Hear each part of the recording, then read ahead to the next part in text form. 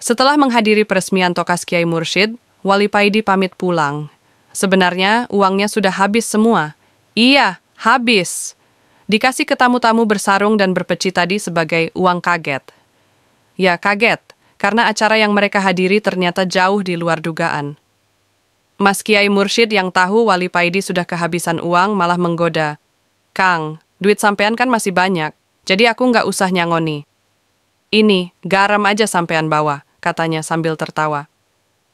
Iya Mas Kiai, terima kasih, jawab Wali Paidi santai. Memang, dari Mbah Kiai sampai Mas Kiai Mursyid, garam adalah cenderamata khas pesantren mereka. Tapi ini bukan garam biasa, ini garam suwok.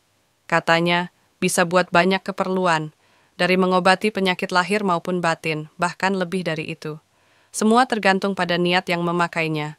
Adik Mas Kiai Mursyid menawarkan untuk mengantar Wali Paidi ke terminal, tapi Wali Paidi menolak. Saya jalan kaki saja, sambil menikmati pemandangan, katanya santai. Setelah bersalaman, Wali Paidi pamit dan mulai berjalan menuju terminal. Zikir terus mengalir dalam setiap langkahnya. Saat melewati jalan di pinggir alun-alun, dia sadar ada segerombolan pemuda yang memperhatikannya. Wali Paidi hanya tersenyum dan tetap melanjutkan langkahnya. Dalam hatinya, dia sudah tahu, sebentar lagi pasti bakal dicegat dan dimintai uang. Yang jadi masalah, dia beneran nggak punya uang sama sekali. Bukan takut dipalak, tapi dia malah merasa kasihan.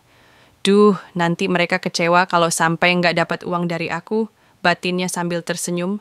Benar saja, nggak lama kemudian, salah satu dari mereka yang tampaknya pimpinan geng maju dan menghadang. Duit! Serahkan duitmu! Ayo cepat! Bentaknya. Wali Paidi tetap tersenyum dengan tenang, membuka kacamata hitamnya, lalu menatap satu persatu pemuda itu. Di kaos pimpinan gerombolan ini, ada simbol hati bersinar dengan huruf S besar di tengahnya. Melihat ketenangan Wali Paidi, mereka jadi sedikit ragu. Biasanya, orang yang mereka palak langsung panik, ketakutan, atau mencoba lari. Tapi yang satu ini, santai banget. Dengan suara lembut, Wali Paidi berkata, "Mohon maaf yang sebesar-besarnya, aku nggak punya uang sama sekali. Maaf kalau bikin kalian kecewa, uangku sudah habis kuberikan kepada orang lain." Pemuda yang tadi membentak tiba-tiba terdiam. Matanya bertemu dengan tatapan teduh Wali Paidi, dan entah kenapa hatinya mulai bergetar. Perasaan damai tiba-tiba muncul, tanpa disadari matanya mulai berkaca-kaca. Seketika, bayangan masa lalunya muncul, teringat dosa-dosa yang pernah dilakukan, teringat pesan-pesan gurunya dulu. Kawan-kawannya yang lain juga ikut terdiam. Mereka bingung melihat pimpinannya yang biasanya kasar dan brutal, sekarang mendadak diam tak bergerak.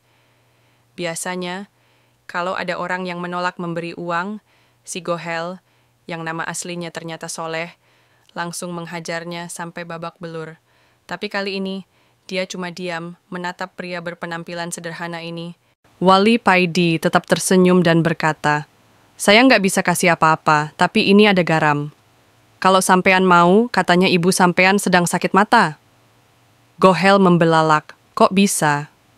Bagaimana pria ini tahu kalau ibunya sedang sakit?" Sudah berhari-hari dia gelisah, memikirkan ibunya yang tak kunjung sembuh. Selama ini, tak ada satupun orang di kampungnya yang peduli dengan keluarganya. Orang-orang hanya mencibir, tak ada yang benar-benar memperhatikan. Mata Gohel mulai berkaca-kaca.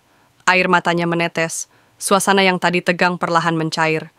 Gohel dan anak buahnya pun bergantian memeluk Wali Paidi. Mereka yang tadinya garang, kini seperti anak kecil yang merindukan kasih sayang. Mereka akhirnya duduk bersama di warung pinggir jalan. Setelah memesan kopi, Wali Paidi menatap Gohel dan berkata, "Mas, kalau bisa, sampean berhenti malak orang. Kasihan gurumu, Mas." "Iya, Mas.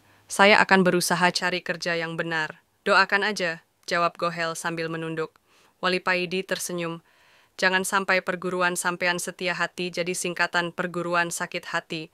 Gunakan kepandaian silatmu untuk kesehatan, bukan buat cari musuh.